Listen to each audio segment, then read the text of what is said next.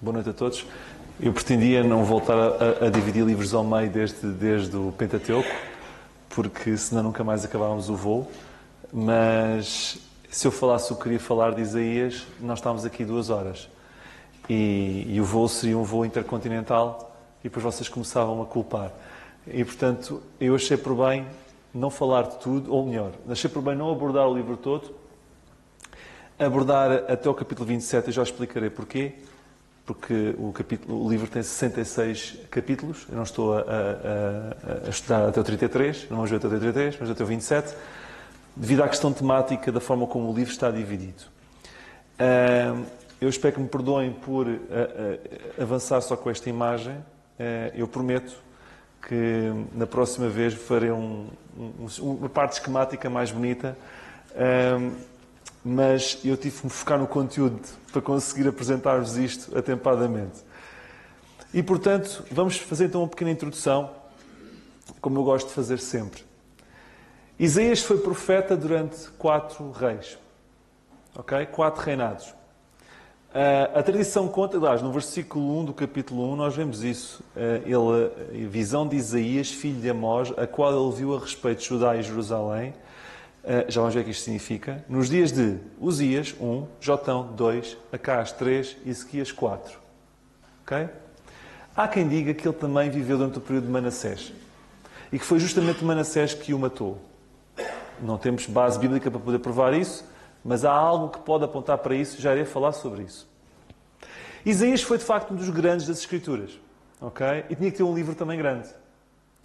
Porquê? Porque ele foi escolhido por Deus para receber informação fantástica. Aquele homem recebeu informação exclusiva fantástica, como vamos ver. Quantos livros é que tem a Bíblia? Não me respondam. Isto não é uma escola dominical. Tem 66 livros, certo? Quantos capítulos tem Isaías? 66. Quantos livros tem o Velho Testamento? 39. E o Novo? 27. E vão-me perguntar, e agora? O que é que Isaías tem a ver com isso? Muito. Porque os primeiros 39 capítulos de Isaías falam de uma coisa, os 27 seguintes falam de outra. Isaías é um espelho da Bíblia. E já vamos ver isso. Isaías é um espelho da Bíblia. Dir-me-ão alguns, desculpa, mas Isaías não escreveu com capítulos e com versículos. Porque isso só foi introduzido em 1227. É verdade. Mas quem pensou nos capítulos e versículos fê-lo a pensar na temática que já lá estava. E a temática que já lá estava permitia ao livro ser dividido da forma como foi dividido. Porque Deus pensou na temática como Isaías escreveu. Ok? Eu não preciso de saber que Isaías escreveu com capítulos e com versículos para perceber que o livro aponta claramente como um pequeno micro-bíblia. Ok? E por isso é que eu tinha que dar atenção a este livro e não podia falar de rajada por muita vontade que tivesse. A primeira parte vai do capítulo 1 ao 39 e aqui temos sobretudo um tema. Profecia de condenação. Condenação deste, condenação aquele, sobretudo Judá. Ok? Julgamento a ser proclamado. Lei e castigo. A segunda parte do livro, do 40 ao 66, são profecias de consolação. Graça. Primeira parte, condenação e castigo, lei. Condenação e castigo. Segunda parte, consolação, graça. Se estão a ver o paralelo entre o Velho Testamento e o Novo Testamento? Ok, eu sei que o Novo Testamento não é muito mais do que o Senhor Jesus Cristo, também tem a ver com a verdade do mistério, também tem Apocalipse pelo meio. Estamos a falar de temas principais. Eu não estou a ir ao detalhe, ok?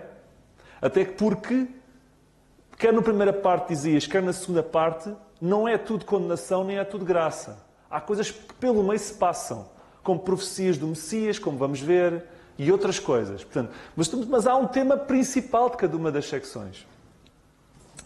Isaías é apenas o livro do Velho Testamento mais citado no Novo Testamento. Dir-me-ão alguns. Óbvio, tem 66 capítulos, é enorme. Está bem, mas poderia não ser. Foi porque Deus quis que fosse. João Batista citou Isaías. Jesus Cristo levantou-se uma vez no templo para ler, e quê? Isaías 61. E quando acabou de ler Isaías 61, sei que ele disse? Agora está-se a cumprir o que foi prometido e profetizado por Isaías no capítulo 61. Ou seja, o próprio Senhor Jesus credibilizou Isaías. Quando disse, não só utilizou, mas credibilizou a profecia em Isaías, quando disse, agora está a ser cumprido aquilo que Isaías prometeu. Ou profetizou. Ainda há alguns que acham que Isaías não escreveu o livro todo, que escreveu parte e o resto foram estudantes de Isaías. O próprio Senhor apontou que foi Isaías que escreveu várias vezes. Da segunda parte, inclusivamente. Eu não me vou dedicar muito a isso, porque é tão óbvio que não vou perder tempo, tenho outras coisas mais importantes para vos apresentar. Mas fiquei a saber que há gente doida a pensar nisso. O profeta Isaías é citado no Novo Testamento, o profeta, 21 vezes. Não é comum profetas serem tão citados. Okay? É chamado profeta messiânico. Porquê? Porque é o único profeta da Bíblia que aponta Jesus Cristo como Messias nascido de uma virgem. Nenhum outro faz isto, a não ser Isaías. Ok? Isaías 7. Isaías, eu estou na introdução ainda, não sei se já repararam. Isaías também é o único profeta que chama Lúcifer a Satanás. Isto é importante nós percebermos um pouco estas coisas porque são coisas importantes. Não é o único a falar de Satanás. Ezequiel também falou de Satanás, mas é o único que chama de Satanás Lúcifer. Capítulo 14, eu cito: como caíste desde o céu, ó Lúcifer, filho da alva. Isaías serviu como profeta durante 4 reis, como acabámos de ler. Muitos acreditam que Isaías chegou a viver no período de Manassés. Porquê? Eu gosto de volta e meia mandar coisas para o ar para vocês pensarem, não é? Porquê? Porque a tradição judaica contava que Isaías tinha sido morto cerrado ao meio. Ok? Não se assustem. Havia muitas formas de se morrer na antiguidade de forma atroz. Cerrado ao meio. E se nós lermos Hebreus 11:37, a Bíblia diz que alguns heróis da fé foram cerrados. A pergunta que eu faço é, será que Isaías foi um desses? Possivelmente. A tradição apontava para isso. E Hebreus 11:37 diz que alguns heróis foram cerrados. Se Isaías estava nesses heróis, não poderei dizer-vos. Mas fiquem com isso na mente. Se aconteceu isso, por isso é que alguns dizem que ele poderá ter vivido até Manassés. Porque eu não estou a ver isso que a serrá-lo ao meio, se isso aconteceu. Mas Manassés é menino para isso. Ok? E por isso é que a Bíblia, apesar de ter falado sobre 4 reis, eu não sei até que ponto é que não omitiu o 5º. Mas estou a ir por caminhos que não são muito claros, mas eu gosto de vos fazer pensar um pouco. Ok? Em 1946, eu falei sobre isto na Páscoa, em Oiã, mas agora vou detalhar um pouco mais. Foi feita uma descoberta fantástica no sul do Mar Morto, nas cavernas de Qumran. Estão a ver esta imagem que está aqui? Isto é o rolo de Isaías, parte de uma fotografia do rolo de Isaías, descoberta na caverna de Qumran, além de outros rolos de pergaminhos. Quando eles desenrolaram o rolo todo, aquilo tinha 7,5 metros. Tem 7,5 metros. O rolo todo o livro. 66 capítulos, imaginem, escritos à mão, aquilo tinha que ser um rolo comprido. E esta é uma fotografia desse mesmo rolo, desfocada, porque eu tinha que pôr Isaías destacado. Está bem? Senão era uma grande confusão gráfica. Eu tive de desfocar o rolo para que ficasse uma coisa mais ou menos. E eu quero falar um pouco sobre isto. Este manuscrito é 1100 anos, ou melhor, foi 1100 anos mais antigo que o último que já existia, que era o Ben Ashur Codex, que era o livro de Isaías descoberto no Egito, em 837 depois de Cristo. E este é datado 1100 anos antes de 837 depois de Cristo. Muitos irão dizer, deve estar pejado de diferenças. Estão a ver aquela história do telefone que a gente diz um segredo a um e depois o outro diz um segredo ao outro? E quando se dá a volta, já aquilo que eu disse ao primeiro não tem a ver com o que sai do último. Estão a ver? Ora, imaginem que é 1100 anos a passar a palavra do livro, 66 capítulos, uma coisa, 7,5 metros de informação. Vocês acham que é provável? Vocês acham, ou melhor, vocês não terão quase a certeza que haverá grandes diferenças? Humanamente falando, sim. A grande certeza e a grande surpresa que eu tive, ou que todos tivemos, é que não havia diferenças a não ser 7 letras ou 9 letras no hebraico. 9 letras no hebraico. Dir-me-ão alguns, grande trabalho dos escribas, zelosos, que passavam aquilo. Não, grande trabalho de Deus, porque isso é humanamente impossível. 1100 anos a passar testemunho uns aos outros e não haver enganos a não ser 9 letras. Isto é mais uma daqueles factos que aponta para a divindade das Escrituras. Eu, pessoalmente, não acredito que Isaías tivesse permanecido da forma como permaneceu se Deus não tivesse intervido e protegido a sua palavra. Vocês poderão concluir o que quiserem. Estou a dizer a minha opinião. Tenho a certeza que não poderia ser. Vamos entrar na primeira parte, que é as profecias de condenação, do capítulo 1 ao 39. Vamos ver que no 24 a 27 há uma exceção. Eu já vou explicar qual é a exceção. Lá está, temas principais, mas de vez em quando há ali uns desvios. Isaías era hábil a fazer desvios. Isaías não é aquele tipo de escritor, inspirado por Deus, em que pega num tema e vai ali... Ouçam, Isaías é aquele tipo de pregador que chega aqui, começa num tema e acaba num... Fala sobre um tema, mas pelo caminho desvia-se muito. Estão a ver? Vocês vão me dizer, não é bom. Não, neste caso é bom. Neste caso foi assim que Deus quis. Mas ele pegou no tema principal de cada secção, mas pelo caminho metia outras coisas. E vocês vão ver como essas coisas foram essenciais. Não foram desvios... não foram desvios errados. Foram desvios essenciais. Começamos então com a declaração que está no versículo 1. Versículo 1 do capítulo 1. Visão de Isaías, filho de Amós. Atenção, este Amós não é o profeta Amós. Ok? Este é o pai dele, mas não é o profeta Amós. Porque o profeta Amós, que vocês têm na Bíblia, que nós temos na Bíblia, era contemporâneo de Isaías. E estava a profetizar para o reino do norte. Isaías estava a profetizar para o reino do sul. Porquê é que diz isso? Olhem aqui. Visão de Isaías a respeito de Judá e Jerusalém. Isaías estava a profetizar para o sul, para o reino do sul. Eu não vou voltar a contar-vos a história. Vocês já sabem a matéria dada. Isto é como a matemática. Eu só posso falar de umas coisas, vocês só verem as outras estão para trás. Sabem perfeitamente que o reino se dividiu depois de Salomão. Não sabem? Pronto, temos 10 tribos para cima, 2 para baixo. Reino do norte chamado Israel, porque absorveu uma parte de Israel. Reino do sul, Judá, porque Judá era a maior da tribo que fazia parte das outras 2 que sobraram. Então, Isaías foi escolhido por Deus para falar e profetizar a sul, ao reino do sul. E Amós ao reino do norte. Mas não é o Amós que está aqui, que este era o pai dele, que não é o profeta Amós. E isto era importante explicar.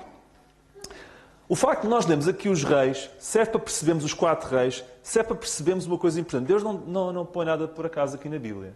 Se somarmos o período destes reis, Uzias, mais Jotão, mais Acás, mais Ezequias, dá 50 anos. Isaías esteve no púlpito 50 anos.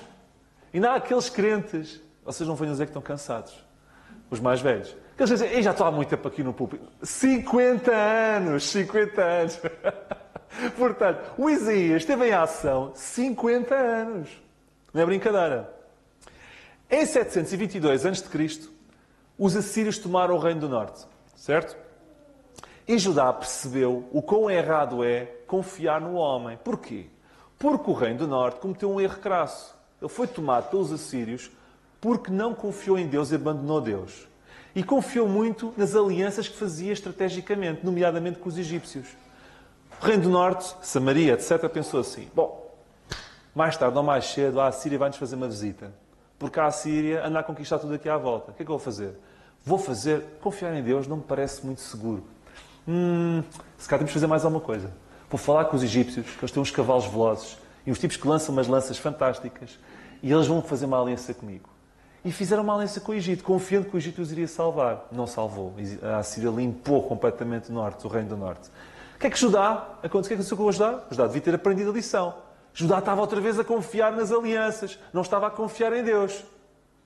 Então percebe o que vai acontecer, não vai? Mais tarde, o que aconteceu? A Babilónia tratou do sul. E Isaías estava a alertar para isso. Não cometam os mesmos erros do norte. Não confiem em vocês. Não confiem no braço do homem. Confiem em Deus. A coisa está preta. Pode ficar pior. É que se confiarem no homem vai ficar mesmo preta. Não confiem no homem. Então ele diz, versículo 2, ouvi, ó céus, e presta ouvidos tu, ó terra, a falar para Judá. Porque fala ao Senhor, criei filhos e exalcei-os, mas eles prevaricaram contra mim.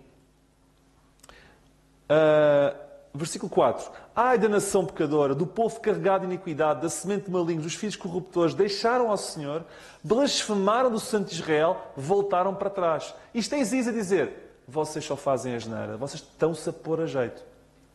É isso que Isaías está a dizer. Lembre-se que Deus estava de tal modo desagradado com Judá, de tal modo desagradado, que nem ele tolerava quando eles ele já nem poderia ver mesmo quando eles cumpriam a própria lei. Mesmo quando eles ofereciam os sacrifícios que era exigível pela lei, mesmo nesse ponto, Deus já não conseguia suportá-los. Leiam comigo o versículo 13 e o versículo 15. Não tragais mais ofertas de balde ou em vão. Ou seja, não me tragam mais ofertas. O incenso é para mim abominação. Mas não foste tu que pediste incenso? Pedi, mas eu não quero mais incenso. As luas novas, os sábados. Mas quem é que pediu os sábados? Não foi Deus? Sim, mas eu não quero mais. E a convocação das congregações, não posso suportar a iniquidade, nem mesmo o juntamento solene. As vossas luas novas, as vossas solenidades, as aborrece a minha alma, já me são pesadas, estou cansado de as sofrer. Pergunta que vale $1.000.000. Então, mas Deus está a pedir para o povo não cumprir a lei? Não. Deus está a dizer uma coisa muito simples. O que Deus está aqui a dizer é, e nós fazemos muito essa confusão, Deus nunca separa o adorador da adoração.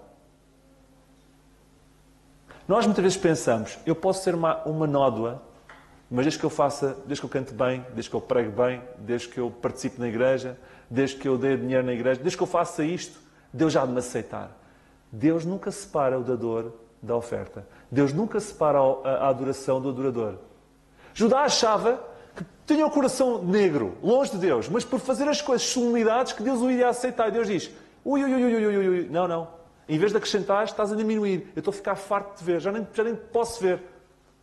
E acho que nós, muitas vezes, igreja, hoje em dia, também pensa assim.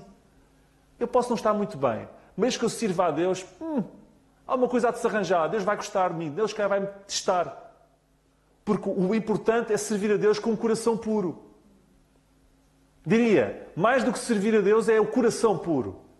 Porque isso depois vai deduzir um serviço que agrada a Deus. Não é servir a Deus com o coração, como se Deus não visse o nosso coração. Então o que Deus está aqui a dizer é, olha, é assim, eu também vou ser muito prático, mais vale não fazer nada. Se é fazer com o coração contra Deus, ou estamos aqui de uma forma hipócrita, mais vale não fazermos nada. E digo-vos mais, quanto mais nós conhecemos, mais responsáveis somos perante Deus. E maior a gravidade do nosso erro. E isto aqui é muito atual, sabem? E poderia ficar aqui o resto da noite a falar sobre isto, mas não posso. Então, começamos aqui os desvios de Isaías. São desvios importantes. Quando a coisa começa a ficar preta, estão a ver aquelas nuvens cheias de escuras e de repente passa uma luz de sol no meio daquelas nuvens escuras? E Isaías é toda assim.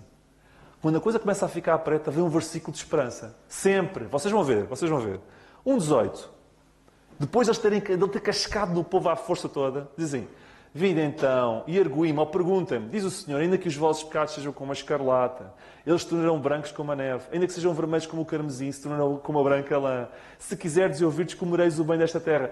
Deus a dizer assim, ok, eu vou fazer, mas atenção, eu estou aqui, posso perdoar, e a coisa pode mudar de figura. Não é o que Deus faz connosco. Deus, isto é mesmo assim, Deus nunca dá dose de sofrimento sem passar, de vez em quando, com um intervalar, com alguma esperança. Deus nunca pinta o cenário de negro, sem de repente dar também uns raios de sol pelo meio. E Deus dá sempre hipótese para que nos arrependamos, como deu a hipótese de arrependimento para ajudar. Ok? Deus dá uma solução. Isaías dedica-se a anunciar os pecados do povo e dos seus líderes. Vejam agora o capítulo 5 e versículos 1-4. E agora cantarei ao meu amado o cântico ao meu querido a respeito da sua vinha. Hoje aqui uma parábola da vinha. Ok? O meu amado tem uma vinha e um outeiro fértil. E a cercou, e a limpou das pedras, e a plantou de excelentes vides. E edificou no meio dela uma torre. Se ouvir o cenário, alguém tinha uma vinha, plantou a vinha, tirou as pedras, fez até uma torre para conseguir ver. Eu não investiguei isto a sério, mas isto da torre eu acho interessante. Para conseguir, devia ser uma grande vinha, para conseguir uma torre no meio da vinha, mas isto da torre tem... Deixou-me aqui com água na boca, mas um dia mais tarde hei de falar sobre a torre. E também construiu nela um lagar, e esperava que desse uvas, mas deu uvas bravas. Estão a ver o cenário? Então o homem esforça-se, trata da vinha, tira as pedras, cerca a vinha, faz a torre no meio, investe na vinha, e de repente investe, e está à espera agora do resultado da vinha, que é uvas boas. E tem uvas amargas. O que é que Isaías está aqui a dizer? Isaías está aqui a passar a mensagem que ainda hoje é atual. Deus dá-nos tudo e mais algumas botas. E nós só lhe damos uvas amargas. Não é assim também, volta e meia? A gente, temos tudo. Temos 2, 3, 4 Bíblias. Temos livros cristãos que nunca mais acabam. Temos a internet com coisas boas. Temos mais, mas também temos boas. Temos os cultos, temos a igreja. Temos informação que nunca mais acaba, como nenhuma outra geração teve. E só produzimos uvas amargas. Ora que esta, hein? Mas isto tem consequências. Sabem que Jesus Cristo também falou sobre uma parábola da vinha? Exatamente igual. Eu vou-vos contar a história. Está em Lucas... Como é que isso está? Mateus 21. Então qual é a história? Jesus contou. Havia um senhor que plantou uma vinha. Pôs a torre também lá no meio. Tirou as pedras. E depois assim, olha, tu vais cuidar da minha vinha. E eu vou ficar aqui à espera que tu me tragas as uvas. Quando chegou a altura de trazer as uvas, ninguém trazia uvas. E o senhor ficou um bocado triste, ou surpreso. E mandou uns servos lá ter com os indivíduos que estavam a gerir a vinha. Os indivíduos mataram alguns servos e maltrataram os servos. O senhor, com muita calma, manda-lhe um segundo pelotão de servos. Fazem o mesmo aos segundos. E então o senhor pensa assim, vou mandar o meu filho. Estes ao menos vão respeitar. E matam o filho. Então o senhor vai, e mata esses servos que geriram mal a sua vinha e entrega essa vinha a outros. É curioso ver este paralelo. Lá está, o próprio Senhor Jesus a beber da parábola da vinha de Isaías. Ok? O que é que isto quer dizer tudo? Judá, era este indivíduo que geriu mal a vinha e que ia ser expulso da vinha. Os babilónicos iam-lhe cortar a vinha e iam para o exílio. Estão a perceber? Nós, quando teimamos em fazer as coisas ao nosso jeito, Deus avisa-nos uma, Deus avisa-nos duas, Deus avisa-nos três. Deus é amor, mas também é justo. E chega um ponto que podemos ficar sem a nossa vinha. Nem amargas, nem doces, nada, zero.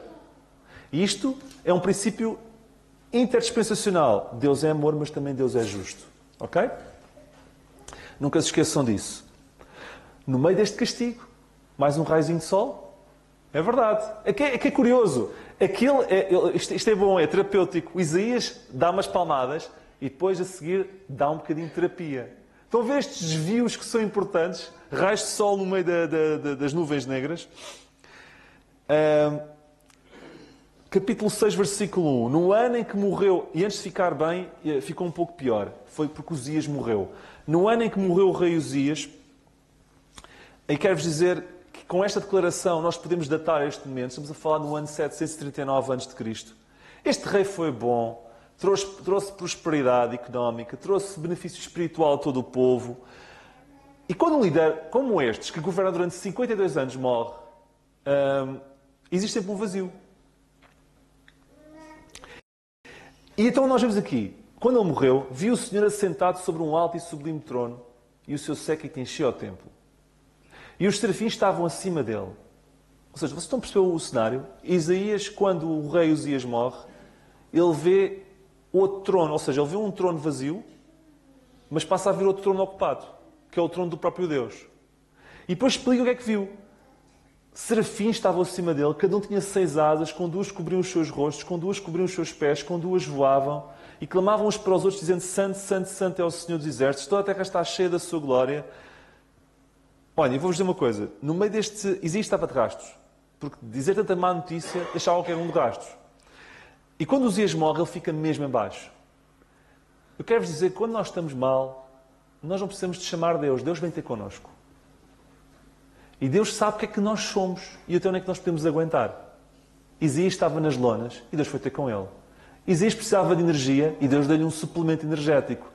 Ficaste com o trono vazio, até eu vou-te mostrar aquele trono que nunca está vazio, que é o trono de Deus. A nossa vida pode de repente parecer desgovernada, mas sempre que isso acontecer, Deus tem capacidade de nos mostrar como Ele está sob o governo de tudo, mesmo quando tudo parecer desgovernado. E foi o que fez com Isaías e é o que faz com todos nós. Quando nós vemos Deus, nós percebemos sempre que, apesar de qualquer desgoverno ou aparente destruição, há sempre governo e há sempre capacidade criativa de Deus para dar a volta. E vemos isso aqui. Ok? O que eu queria destacar é que ele, depois de ver tudo isto, podia dizer assim, perante os outros: eu vi o trono de Deus. Epá, já viram? Eu vi o trono de Deus. Eu vi isto. Não, mas ele reconhece miserável depois de ter visto o trono de Deus. Não é assim estranho? Nós, quando recebemos grandes notícias, nós costumamos nos insuflar um bocadinho, não é? E pá, fui chamado para aquela coisa, e eu estive ali, pá, foi uma coisa, mesmo que a gente não queira fazer, a gente faz sempre, nós somos humanos e temos aqui a velha natureza entre nós. Mas o Isaías, depois de ter visto o trono de Deus, não tinha qualquer tipo de inchaço. Ele estava completamente humilde. Ai de mim, que sou impuro. Ai de mim, que estou perdido. Sabe uma coisa? Existem dois tipos de homens. Existem os homens de Deus e os homens orgulhosos. Mas nunca existem homens de Deus orgulhosos.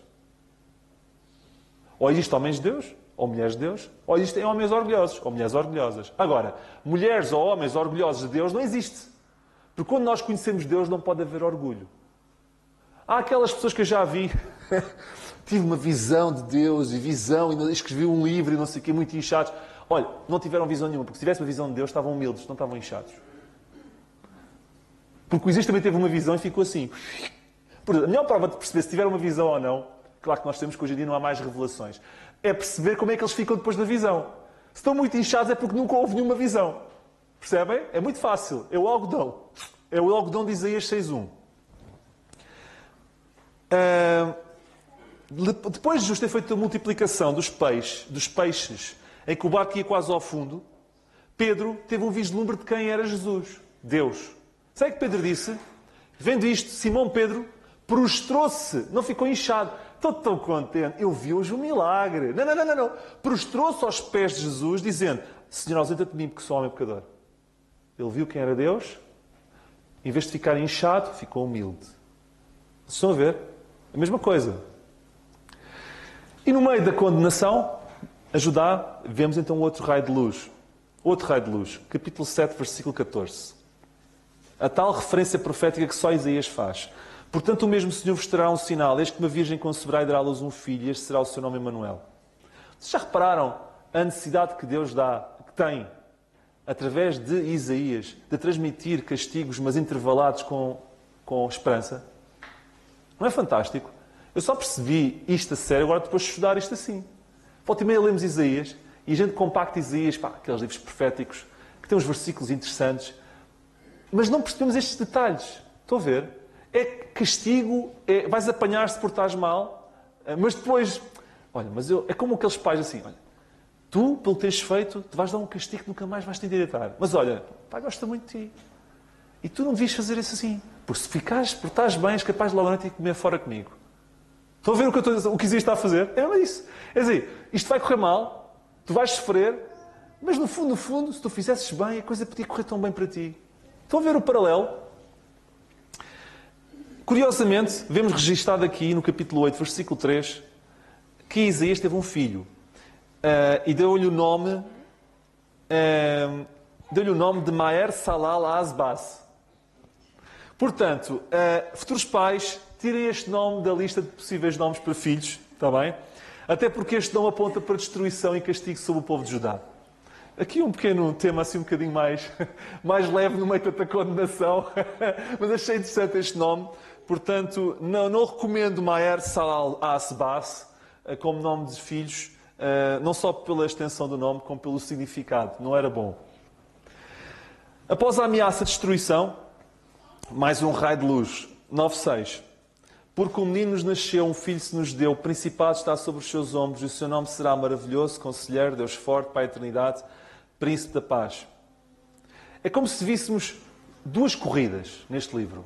Uma corrida é profecia local, a correr ao mesmo tempo de que profecia futura a apontar para o Messias. Isaías é isto. É profecia local a apontar para Judá. Se continuares assim, vais sofrer. Mas, simultaneamente, Isaías vai intervalando com profecia futura a apontar para o Messias. Só ver o paralelismo a correr ao mesmo tempo, é isto que acontece. No capítulo 11, no versículo 1, temos uma coisa interessante.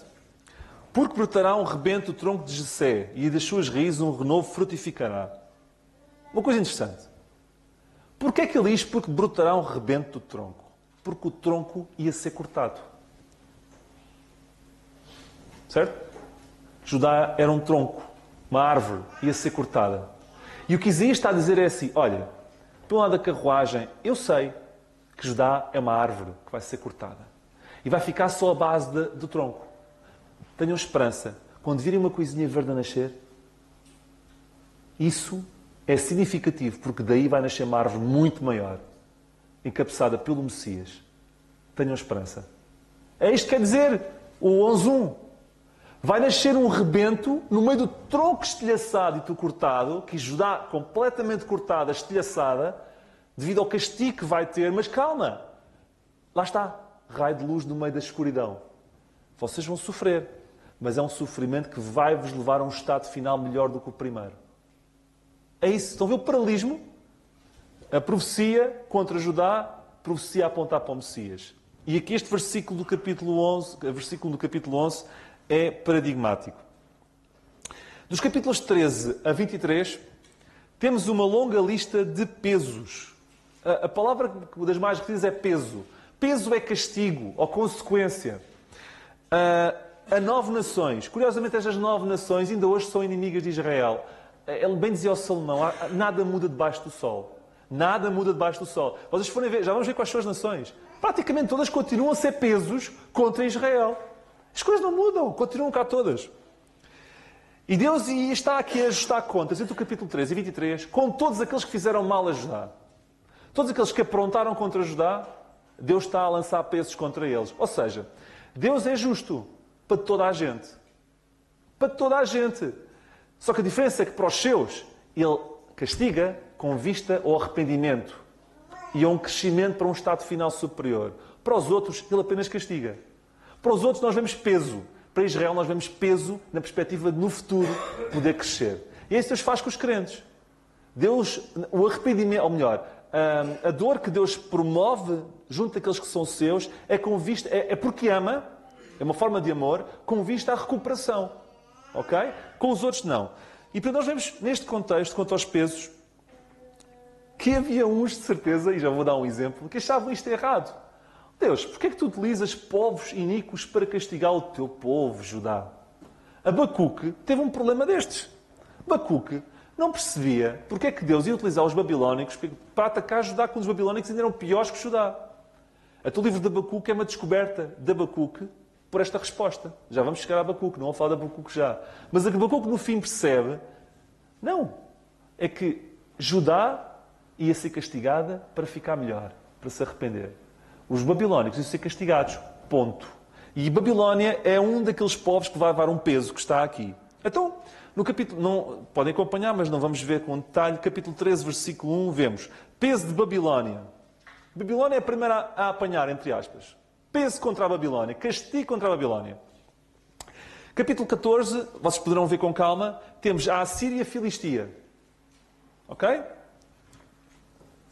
Peso contra elas. Capítulo 15, versículo 1, peso de Moabe, atual Jordânia. Posso ler? Peso de Moabe, certamente numa noite foi destruída. A Moabe foi desfeita, certamente numa noite foi destruída. Kir de Moabe foi desfeita. Capítulo 18, nós vemos a Etiópia. Ok? No capítulo 19, versículo 1, peso do Egito. Castigo contra o Egito. Eis que o Senhor vem cavalgando em uma nuvem ligeira e virá ao Egito. Capítulo 21, versículo 1, nós lemos peso do deserto do mar, Edom. Aqui é castigo contra Edom, sul de Israel, ok? Norte da Arábia. E finalmente, capítulo 23, versículo 1, e vou-me dedicar um bocadinho a este, peso de Tiro. Onde é que fica Tiro? Já lá iremos. Uivai e navios de Tarsis, porque está assolada. Bom, temos aqui muitos pesos, muitos castigos contra aqueles que fizeram mal a Israel. Agora vou falar um pouco sobre Tiro. Ok? Eu gostava de dizer-vos que Tiro está situado no Líbano. Ok? E vemos aqui que era uma cidade rica. Nós lemos no capítulo 23, versículo 2, que vós, falando a Tiro, a quem encheram os mercadores de Sidom navegando pelo mar. Estavam cheios. Estavam cheios. De mercadorias, estavam cheios de riquezas, estavam cheios de provisões. Era um povo que, lemos depois em Ezequiel, uma passagem paralela, que se inchou de tão orgulhosos estavam, de tão altos que estavam, de tão bons na navegação que eram. Era um povo fortíssimo, fortíssimo. E também aprontaram contra Judá. Nós lemos que esta profecia era contra Tiro. E nós lemos que Tiro, na história, foi cercada 5 vezes. A última das vezes, a quarta vez foi pelos babilónicos, e eles tinham, a cidade de Tiro estava na costa, ou estavam na própria costa, na zona continental, e havia uma ilhazinha, relativamente interessante, a meia milha, no meio do mar. Mas não era Tiro. Tiro era a zona continental. Os babilónicos arrasaram completamente Tiro. Arrasaram. Mas Tiro, pela sua capacidade de recuperação, pelas riquezas vindas de Tarsis, de Sidom, etc., recuperou pujança e mudou-se para a ilha, pensando, na ilha ninguém me apanha. Porque eles são fortíssimos na arte da navegação. Ninguém ia aprontar a fazer alguma coisa contra Tiro por via marítima, porque sabiam que perdiam, porque a navegação era a arte deles. E estando numa ilha estavam seguros. E fortificaram-se naquela ilha.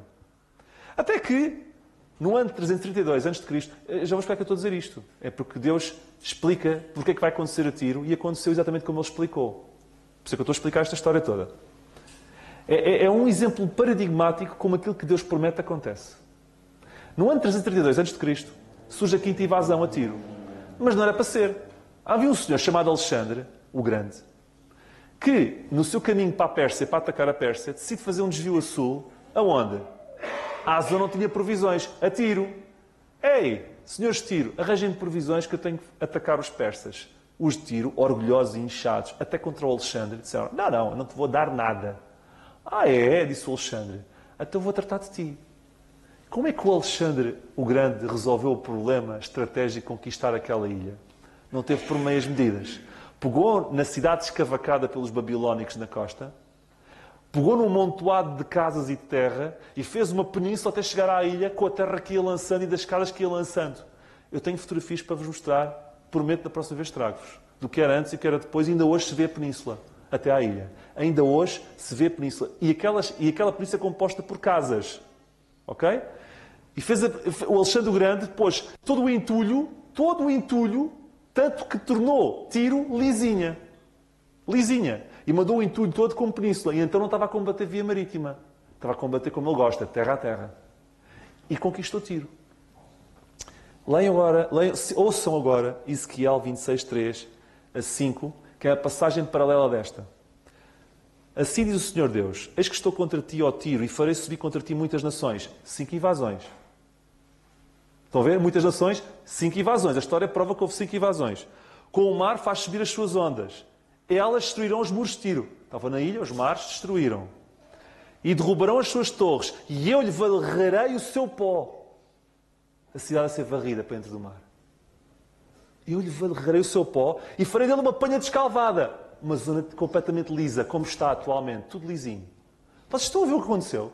Muito tempo antes de Alexandre o Grande, Alexandre o Grande varreu a cidade, ficou com uma panha descalvada e varreu o pó todo para o meio do mar. E foram as ondas que bateram contra a cidade e conquistaram a cidade.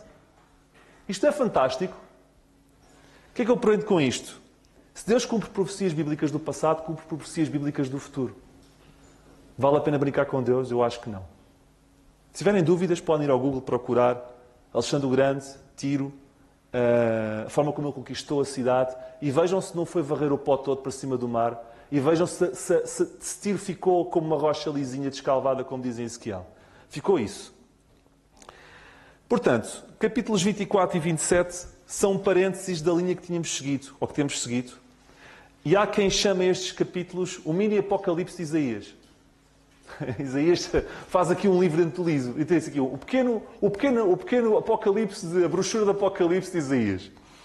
Em que passa a haver uma linguagem mais vaga, focada numa perspectiva não local, mas não é para Judá, mas está uma perspectiva global, em que aborda toda a Terra, e não só Judá. Ok? E é como se fosse um paralelo entre o capítulo 6 a 20 do Apocalipse. Eu vou citar apenas alguns versículos, nomeadamente o 24.1, que diz: eis que o Senhor esvazia a terra, não é Judá, e a desola, e transforma a sua superfície e dispersa os seus moradores. Veja também o versículo 4. Ou 3. De todo se esvaziará a terra e de todo será saqueada. 4. A terra pranteia-se murcha e o mundo enfraquece-se murcha, enfraquece os mais altos do povo da terra. Bem, sabe qual é a palavra-chave destes capítulos? É terra. Aquilo que nós vemos é um castigo de Deus, não para com Judá, mas para com a terra. Ok? Esse é o foco do castigo, é a terra. Eu hoje não acho piada nenhuma, mas vejo muita gente preocupada com a mãe natureza, com a terrinha, com as coisinhas verdes e com tudo isso. Eu sou o primeiro a querer proteger a terra onde vivo, porque isto é dado por Deus, tem que ser bem gerido. Agora, vivemos numa época em que endeusamos a terra, endeusamos a mãe natureza, porque não brinquemos com isso, é uma forma de idolatria. Porque há muita gente que idolatra a mãe natureza. Mas o que é isto, mãe natureza? Mas a natureza se criou ela própria? Foi um nada que criou o que existe? Deus criou as coisas. E esquece de Deus.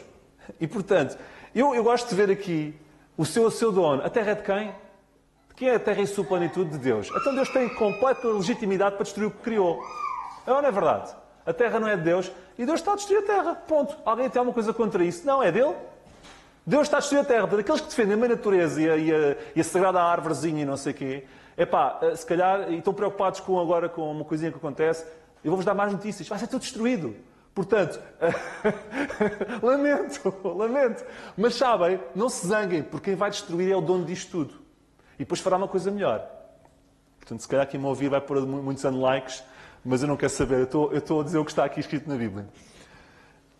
Capítulo 24, versículo 19, diz assim: de todo será quebrantada a terra, de todo se romperá a terra e todo se moverá a terra. Versículo 20. De todo vacilará a terra como um ébrio e será movida e removida à choça de noite e sua transgressão se gravará nela. Esta coisa de moverá e todo vacilará a terra, será movida e removida como um ébrio. Há quem interprete aqui, eu gosto lá está de mandar coisas para o ar, eu não estou a dizer que é. Há quem interprete aqui mudança de polos. Eu não sei o que Deus vai fazer. Mas a terra completamente removida, como um ébrio, abalou-se para todo o lado. Há quem interprete aqui, estudiosos, como possível mudança dos polos. O que poderia criar cataclismos, ondas de grandes dimensões, tsunamis gigantescos, tremores de terra gigantescos. E vocês viram aquele filme de 2012 em que simula uma coisa dessas e, portanto, têm uma pequena noção. Ok? Eu não sei se é. Eu estou-vos a fazer pensar. Eu gosto de mandar coisas para o ar, está bem? Estou-vos a fazer pensar. Sei que na grande tribulação teremos também asteroides, eventualmente. Temos granizo de proporções épicas. E há uma coisa que eu descobri e que abriram-se-me os olhos há uns dias. Sabem, no período da lei, como é que Deus tratava a blasfémia? Com apedrejamento, não é? É ou não é verdade? A grande tribulação é o ato de Deus a apedrejar globalmente os infiéis. Não é? Granizo de grandes dimensões, eventuais asteroides, é Deus a culpar e a atacar e a fazer o que fazia no passado, mas de uma forma global, toda a Terra. Deus está a apedrejar a Terra, tal como era apedrejado os blasfemos, Deus está a apedrejar o que sobrou da Terra, que é o conjunto de todos os blasfemos. E isto também fez-me sentido. E lá está, no meio deste cenário apocalíptico, porque eu não vou ter tempo para avançar muito mais, mas não queria deixar de falar sobre este pequeno mini apocalipse de Isaías, Deus deixa passar raios de luz. E o que é que leiam comigo 4 versículos para terminarmos? Para terminarmos bem, sem ser com cataclismos e com desgraças. 25:1. E estes versículos estão no meio deste mini apocalipse de Isaías, o que é paradigmático. Ó Senhor, Tu és o meu Deus, exaltar-te-ei e louvarei o Teu nome, porque fizeste maravilhas. Os Teus conselhos antigos são verdade e firmeza. Estamos a ler o quê? Salmos? Isto é o quê? Isto é dentro do mini apocalipse de Isaías. Mas há mais. 25:4. Porque foste a fortaleza do pobre e a fortaleza do necessitado, na sua angústia, refúgio contra a tempestade, sombra contra o calor, porque o sopro dos opressores é como a tempestade contra o muro. Quando nós percebemos o contexto em que isto está escrito, ainda damos mais valor ao que está aqui.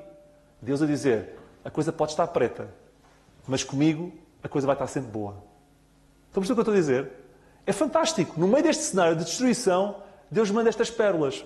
Mais. 26, 3 e 4. Tu conservarás em paz aquele cuja mente está firme em ti, porque ele confia em ti. Confiai no Senhor perpetuamente, porque o Senhor Deus é uma rocha eterna. Irmãos, eu vou continuar depois, se Deus quiser, daqui a 15 dias no resto. Mas fique por aqui, porque a partir do capítulo 27 a coisa muda de figura e tive que estancar, mas eu prometo que não passarei da próxima sessão para abordarmos o resto. Espero que possam aprender a gostar ainda mais de Isaías e perceber que Isaías, o livro de Isaías, é um livro de facto especial. Que o Senhor nos abençoe.